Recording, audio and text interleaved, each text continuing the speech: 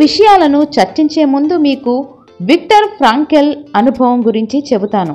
Freud psychology సాంప్రదాయంలో పెరిగిన ఒక నియతవాది ఆయన. ఈ సిద్ధాంతం ప్రకారం మన బాల్యంలోని సంఘటనలే మన స్వభావాన్ని ఏర్పరుస్తాయి. అవి మన జీవితాంతం అంటిపెట్టుకుని ఉంటాయి. అప్పుడే మన జీవన విధానం, మన పరిధి, పరిణితి కూడా నిర్ణయింపబడుతుంది. దాన్ని అధిగమించి ఎదగలేదని ఈ వాదం. ఫ్రాంకెల్ కూడా ఒక మనస్తత్వ శాస్త్రవేత్త. ఈయన యూదు జాతికి చెందినవాడు. ఆయన నాజీ మరణ శిబిరాలలో బంధింపబడి తలుచుకుంటేనే ఒళ్ళు గగురుపరిచే చిత్రహింసలకి గురయ్యాడు.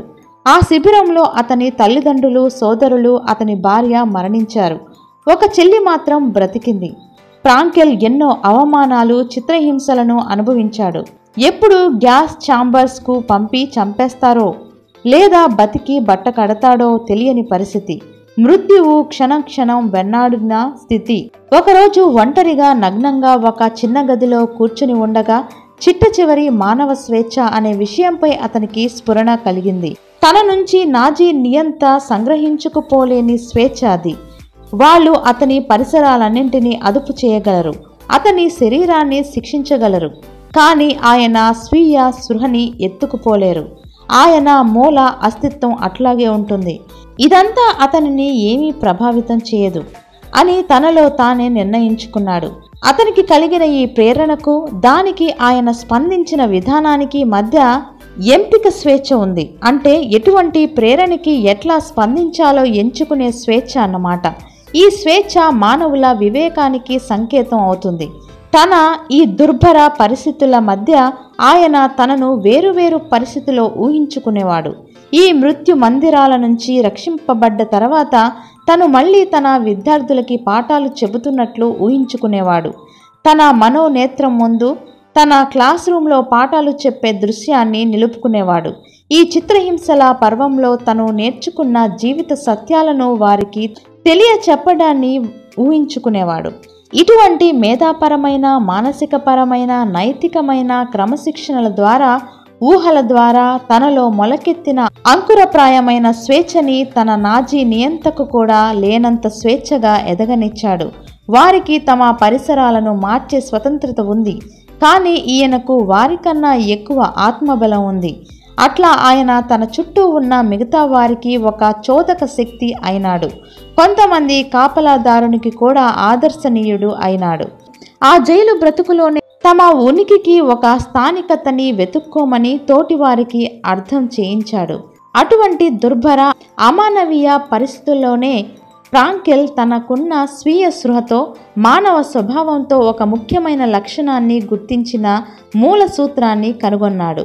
ప్రేరణకి, స్పందనకి మధ్య మానవులకు స్పందనను ఎంపిక చేసుకునే స్వేచ్ఛ ఉంటుంది అనేది ఆ సూత్రం. ఈ ఎంపిక స్వేచ్ఛలోనే మానవులకు ప్రత్యేకమైన గుణాలున్నాయి. స్వీయ స్పృహతో పాటు మానవులకి ఊహాశక్తి, మన పరిస్థితులను అధిగమించి మనని గురించిన ఊహా దృశ్యాలను చూడగల శక్తి, మనస్సాక్షి లేదా అంతరాత్మ. తరువాత ఇచ్ఛా స్వాతంత్ర్యం, ఏ ప్రభావము లేని స్వాతంత్ర చర్యలు తీసుకోగలగడం. ఎంతో తెలివిగల జంతువుకి కూడా ఈ గుణాలు ఉండవు. కంప్యూటర్ పరిభాషలో చెప్పాలంటే అవి వాటి సహజాతాలచే ప్రోగ్రామ్ చేయబడి ఉంటాయి.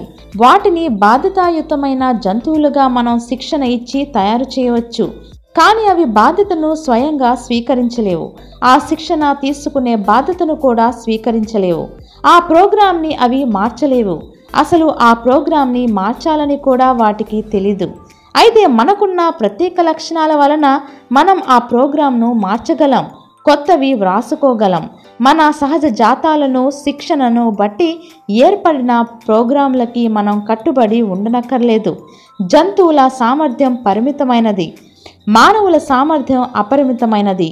మనం కూడా సహజాతాలకు, బాల్యంలోని శిక్షణకు, పరిస్థితులకు పరిమితమైపోతే మన సామర్థ్యం కూడా పరిమితమైపోతుంది. నియతివాదం అనేది జంతువులని అధ్యయనం చేయడం వలన రూపొందింపబడింది. ఎలుకలు, కోతులు, పావురాలు, కుక్కలు వాటినే కాక మానసిక రోగులను కూడా అధ్యయనం చేసి రూపొందింపజేసినది. అయితే కొంతమంది పరిశోధకులు ఏర్పరచుకున్న కొలబద్ద ప్రకారం సరిపోతుందేమో కానీ చరిత్ర ప్రకారం, మన ఎరుక ప్రకారం ఈ సూత్రం సరిపోదు. మానవ ప్రత్యేకతలు మానవుల్ని జంతువుల నుంచి ఉన్నతీకరిస్తాయి. ఈ ప్రత్యేక లక్షణాలను మనం రూపొందించుకున్న కొద్దీ మనలోని నిగూఢ శక్తుల్ని వెలికి తీసుకోగలుగుతాం. ప్రేరణకి, స్పందనకి మధ్యనే మన అద్భుత శక్తి ఉంది. అదే ఎంపిక స్వాతంత్ర్యం.